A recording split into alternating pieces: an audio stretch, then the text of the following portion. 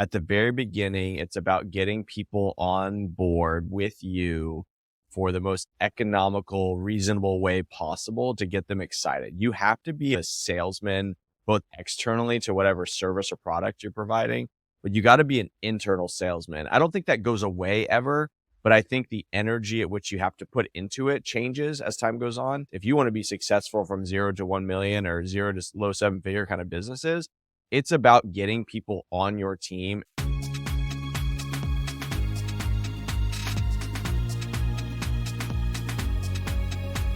It's time to reinvent.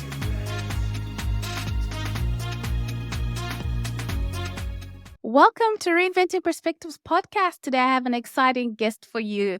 He is going to give you a wealth of information. Malcolm, I'm preparing you because I'm going to drain you with a whole bunch of questions. Thank you so much for being here. Malcolm, please tell the audience who you are and what you're about. Yeah, I appreciate that. I'm honored to be a part of the show. I'm based in Austin, Texas, a place that used to not be on the map, and now it seems that people know about it more and more.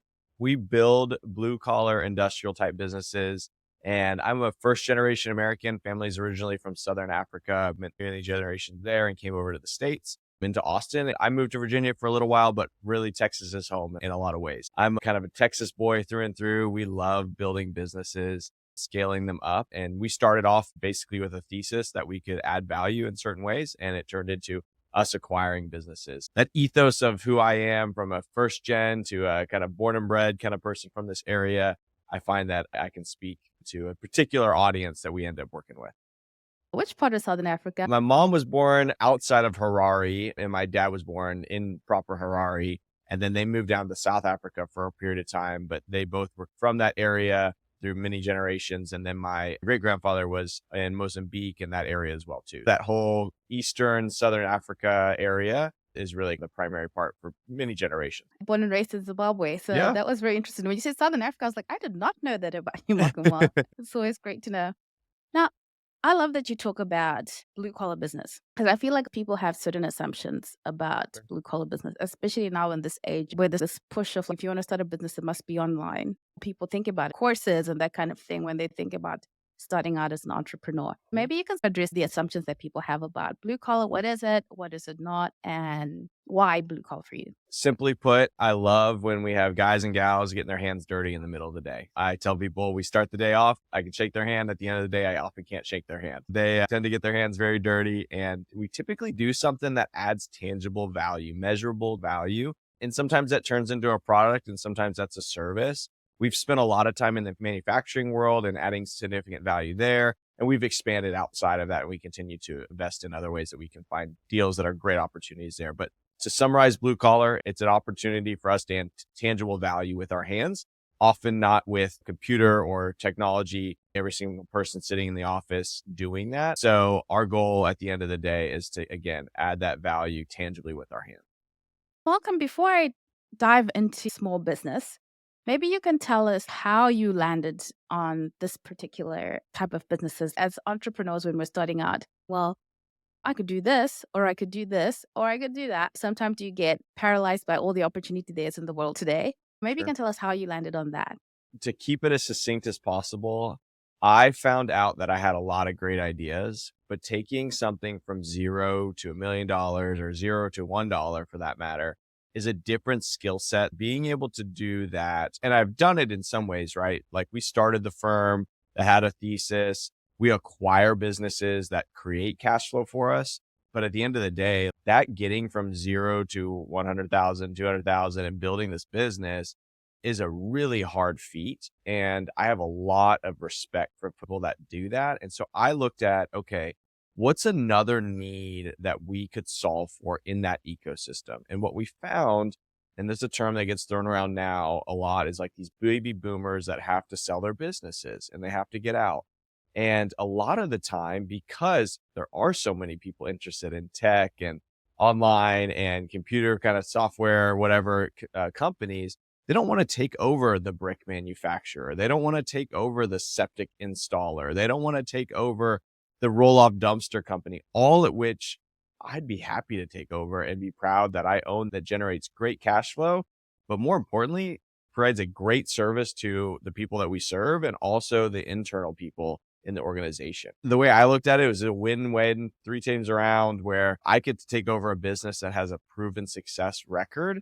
And at the same time, I get to also provide both an internal and external value to the people we interact with.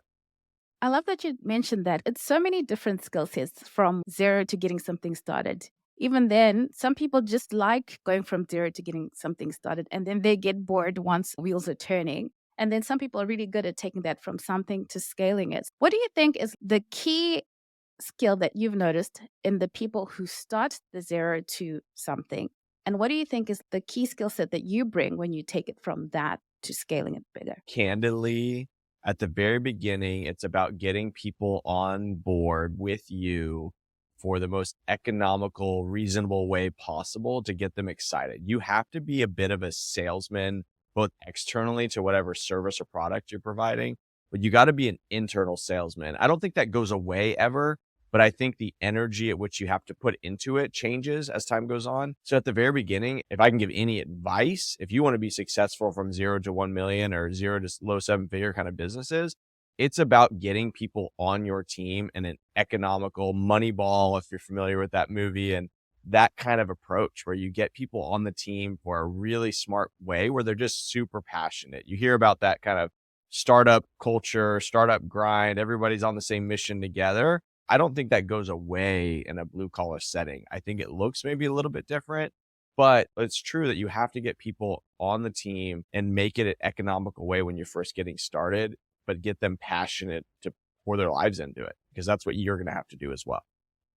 Now, thinking about building to scale, I'm interested in how you see yourself, thinking about the audience that is like, well, maybe I've been trying this business and that business, and maybe this starting out part just really isn't for me. But Yeah. they haven't had any exposure to, okay, there is also this other alternative of where you buy a business that's already existing. Sure. Truth be told, that I believe, and I don't think anything that I'm doing or anything for that matter that anybody else is doing that gets any notoriety is truly unique or novel. We are playing the same game that in my world, the Rockefellers played years ago, to you name all these names that have historical been successful in business, quote unquote. I mean, we're not creating anything revolutionary and new. It's a lot of pulling it forward, repackaging it, and we use maybe slightly different terms, or it gets focused on for a period of time. In my opinion, a business getting past that kind of plateau stage is a lot what you're describing, where someone reaches a point and they're like, I think this business isn't really got foundational foothold. It's not going to work, all that kind of stuff. If you've proven out that there is a need in the marketplace, now it's a matter of, can you drive enough demand for that need by generating enough buzz around it? And that's where I think a lot of people get stuck. I've consulted at times for folks that are in blue collar businesses, and they don't want to do the work necessary to go find out truly if their business model doesn't work. But they'll say their business model doesn't work. They'll say, I don't want to go out and do this kind of marketing. I don't want to go out and hire these types of engineers. I don't want to go do all these types of things because it's unfamiliar and it's territory they don't want to be in, right? And so a lot of businesses stagnate. And that's where we come into, because it also happens at our level as well. We buy businesses exclusively in Texas that are 3 to 12 million in revenue, and those businesses have often also plateaued. The business owner has run out of energy. He doesn't necessarily, or she doesn't necessarily want to put that much more work that's necessary. And as a result, their business gets to a point that it can't scale because it's compressed by that owner's capability. I think it always goes back to that. It always goes back to the visionary or the head honcho leader person of that organization, however it's structured. Their capacity is what the business ultimately reaches. And until that person's either replaced or they skill themselves up or they think broader and bigger, they will always reach that ceiling. And that's where we come in to help break out that ceiling by bringing a different perspective and a different skill set. Really interesting. I think it's so important for our audience to know that there are different ways. There isn't like a one size fits all. You may have a part of business that really sets you on fire. And maybe if that is your specialty, then that's the thing that you should do. Interestingly, you say that the capacity of the founder or the founding team is typically where people stagnate. Now, to the entrepreneur that's thinking, well, maybe I actually just want to build my business up to sell, but I don't know what to focus on so that when I do try to go around 5 years from now or 10 years from now to try and sell this business, what should I be focusing on to make someone like Malcolm be interested in buying my business? We look at specific types of businesses, so I can't speak broadly for every scenario. I know guys that buy businesses in very different sectors and there's different expectations, but one thing is very true. We use a framework, we call it a top-down P&L approach. I want to know how stable is this business starting with revenue. We look at the revenue and say, okay, is this revenue predictable? The higher level of predictability of the revenue, the more I'm willing to pay for it. If I can say, you've got contracts for $10 million for the next 10 years. That's way more exciting to me than we make 10 million a year and it's erratic and it happens here and happens there. And this person's responsible for pulling this out and doing all these types of things. I can't wrap my arms around it. It makes it more challenging. And then when you go down from that, if you have a situation where, again, not speaking to everybody's circumstances, every business model is slightly different. But I'll tell you this way, for me, if I look at it and you go to the cost of goods sold or cost of labor, which is that next rung going down the profit and loss statement, if you've got no control of that labor or those machines or everything that you're doing there, and it's a very erratic cost and not manageable costs, that's something else that's really not something I would be excited about, because I don't know if I can tell Walmart, who is my biggest distributor or whatever the case may be, hey, you can't cut me another 5%. That's really intimidating to be in a business where you have very little leverage. And some people have businesses where they have all 1099 employees and they're having to try to create and control margin constantly. There's no predictability there. So those are the first two rungs that I look for. And then we go down to the third on the operational. If this business were to grow, would there be a break in the back area of the operations? What would that look like? How key are these people? Hey, that person's 65 and they're wanting to transition out. They are the key person in this way. That's a risk. And so I'm always looking at it from that framework. And I try to communicate to folks that if you can create some stability in that hierarchy, first being the revenue, then your cost and control to produce that product or service. And then thirdly, operationally, what's that managed like? I think you'll end up solving a lot of problems and create a lot of ease for people that would be taking over that baton of your business. Malcolm, when you buy a business, what are the common challenges that you face that a person should have top of mind? For me, what I find in my circumstance is that transitioning a business well comes down to how you've communicated what this is going to look like for those employees that have been key. And you have to be able to communicate that this is one, not a sprint, but more of a marathon approach. That if you intend on holding on to that business for a long time and you intend on being at the helm for a while, like they need to know that through some security, whether it be just their paycheck not getting bounced or all those little things are mighty little details that happen, right? You got to transition all the bank accounts and make sure there's enough cash to make payroll, possibly that third day after you've acquired the business because they're used to receiving it on that day. But at the same while, you've got to communicate to people, hey, your job is secure. Let's continue to do great work because you bought the business because it was producing good money or it was in good standing or it had a really good reputation for it. You want to maintain that as much as possible. And that often comes down to the people that are involved and the experience that the customer experiences through those people.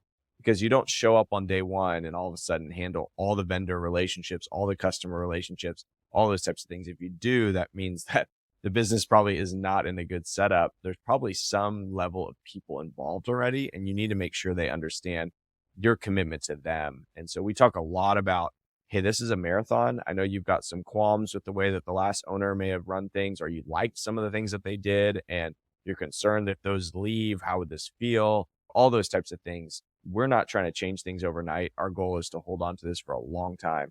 And as a result, we're going to make very long-term perspective decisions. And so this is a marathon rather than a sprint. Thank you for that. What that actually means to buy a business or what it actually means to sell a business. You talk about company culture and retaining talent.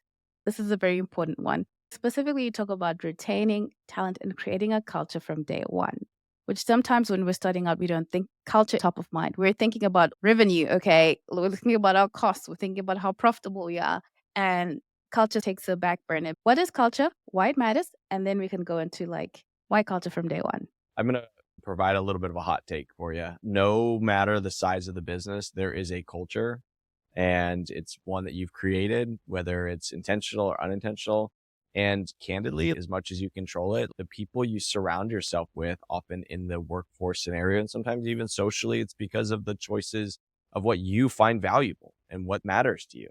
And I don't think that stops at the office door. I think you bring yourself fully. There's a lot of studies out there. Obviously, people can change personality wise and different things when they're in an office setting. But at the end of the day, you are who you are, and you're going to want to attract people that either emulate that or bring that forward or want to have the same culture as you, whether you're a size of 3 or you're a size of 300 people, whatever it may be, you're still creating a culture. And so our culture, and going back to where the name TseTserra Growth Partners comes from, my great grandfather owned 50,000 acres of farmland, and he served a product to people with a high level of integrity, as well as employed hundreds of people. And so in that process, that's what we try to embody too, that we are going to be very intentional about the way we communicate, both internally and externally, be very upfront. If we're going to miss a payment with a vendor, or there's a delay, or there's an issue, or whatever the case may be, we're going to manage that communication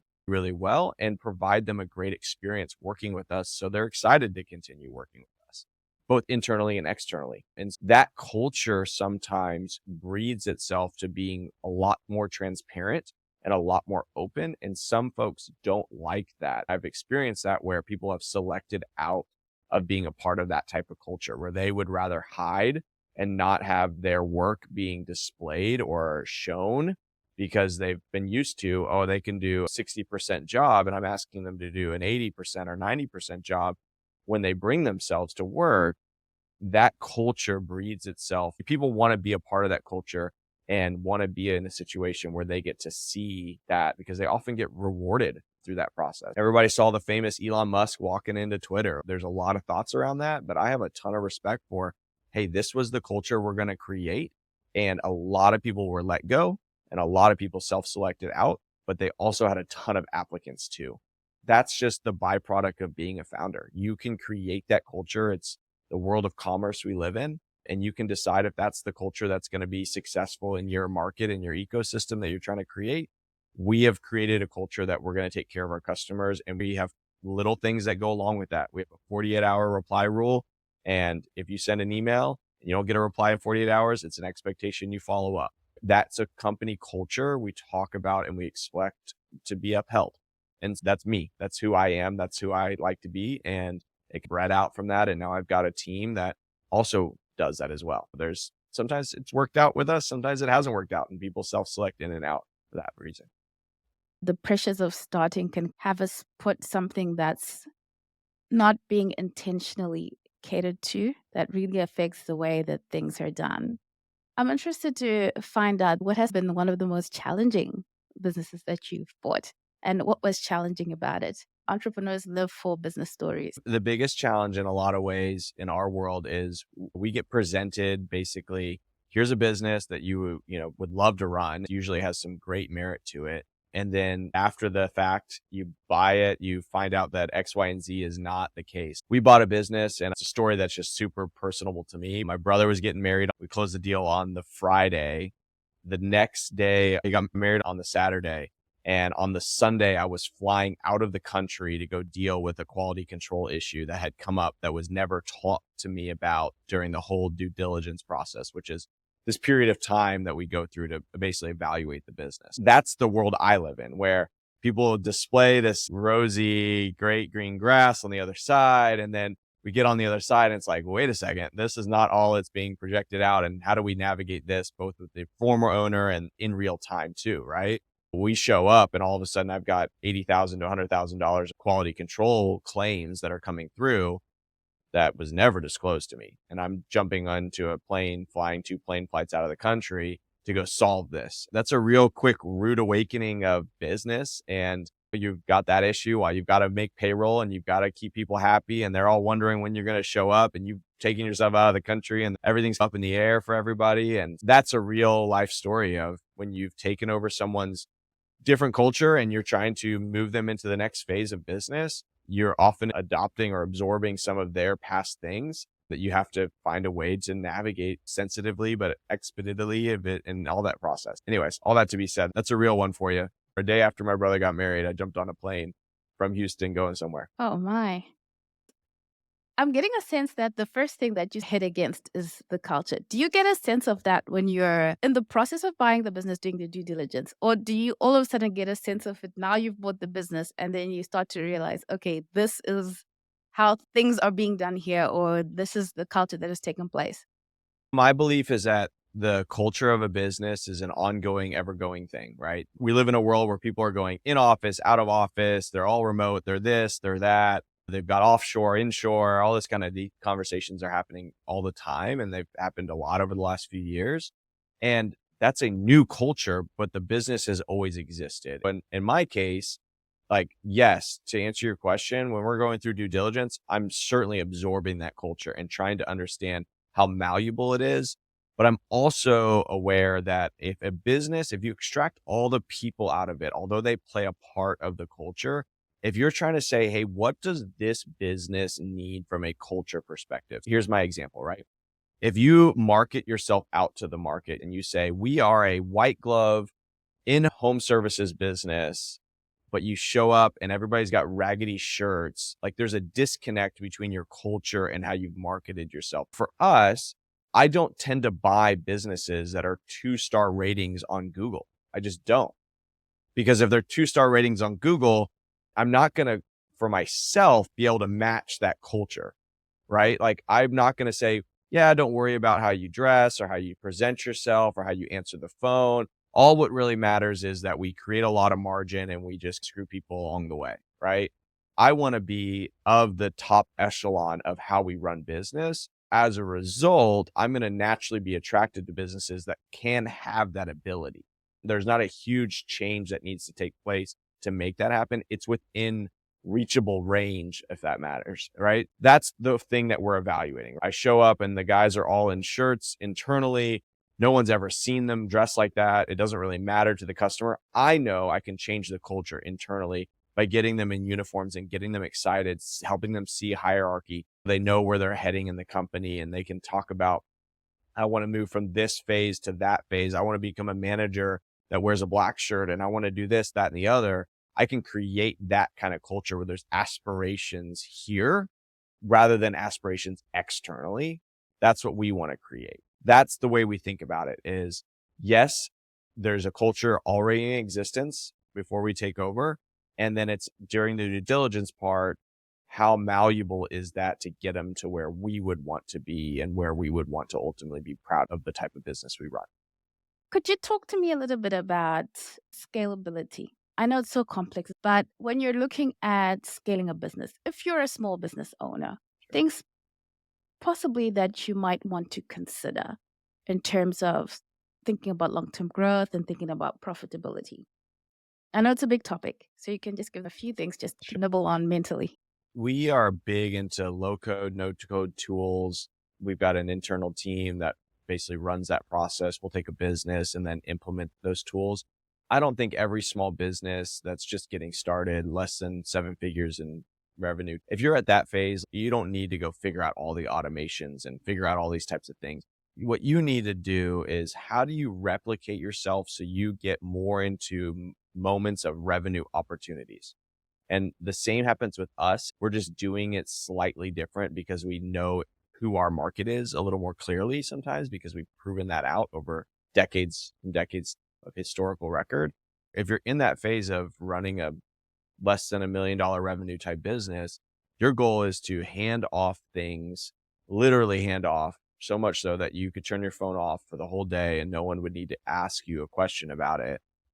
And if you do that, you'll create a culture of people aren't dependent on you to be able to accomplish the implementation of the business. And you can go into the revenue role a lot more successfully. I think most businesses that are doing less than $1 million in revenue, you need to be the revenue person in some ways. And so you've got to drive that process forward and let other people do the implementation. And a lot of the time, because you were the plumber, you were the website designer or whatever, you're still on the implementation side and you're losing money, in my opinion, every day by not being on the sales side. And there's ways to outsource that, but it's never the same.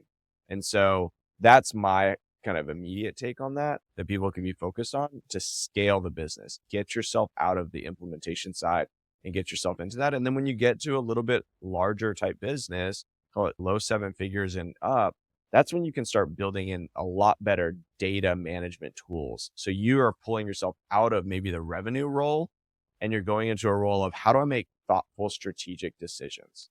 Like, for instance, we take over a business. What we do is after 2 weeks, we present to the whole team. We call it our family lunch. We present at our family lunch the organization chart for the business. And often they've never seen one before.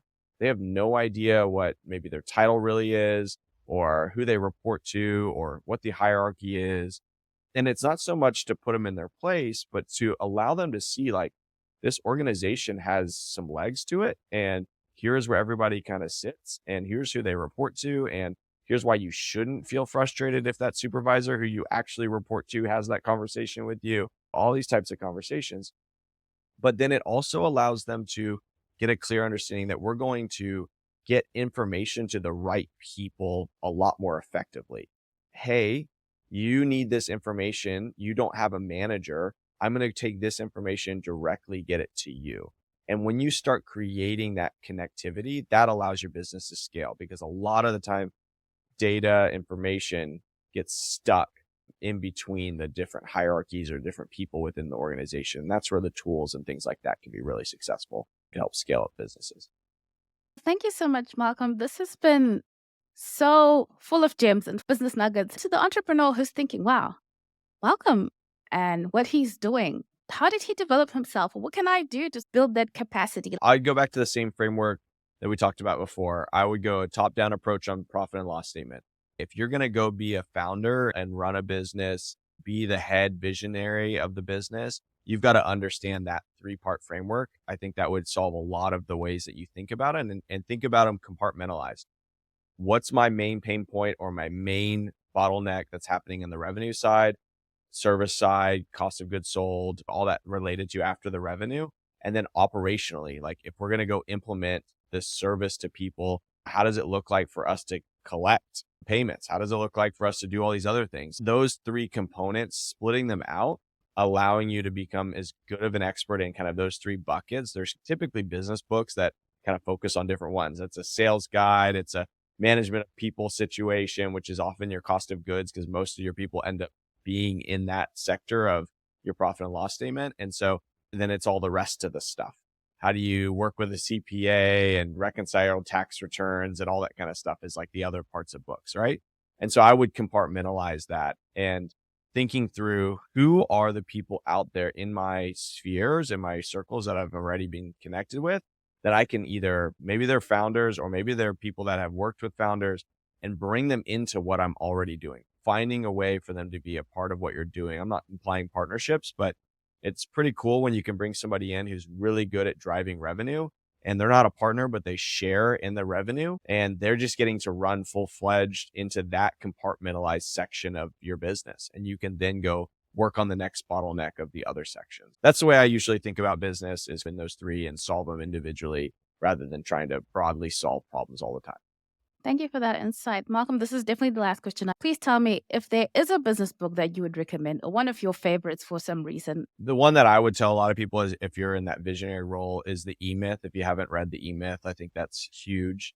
Talks about the type of people that would be a part of your organization that you need to be in and finding how to get those people onto your team is the one that I would recommend philosophically, but also good. And then all that to be said, I think there's a lot of other great ones out there about buying back your time, which is one that's come out more recently and how to create that kind of leverage in your kind of daily schedule. But as the owner, your goal, in my opinion, is to get high quality, grade A people on your team and find a way to them to be excited about what you're doing. And that culture will permeate out if you get those type of people.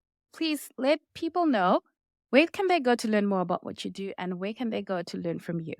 Yeah, thanks. So I'm on LinkedIn and Twitter. Happy to just get Malcolm Piece on both those. Happy to check any questions or feel free to reach out. But also online at TseTserra. It's spelled TSERA, TseTserra Growth Partners, TseTserra.com.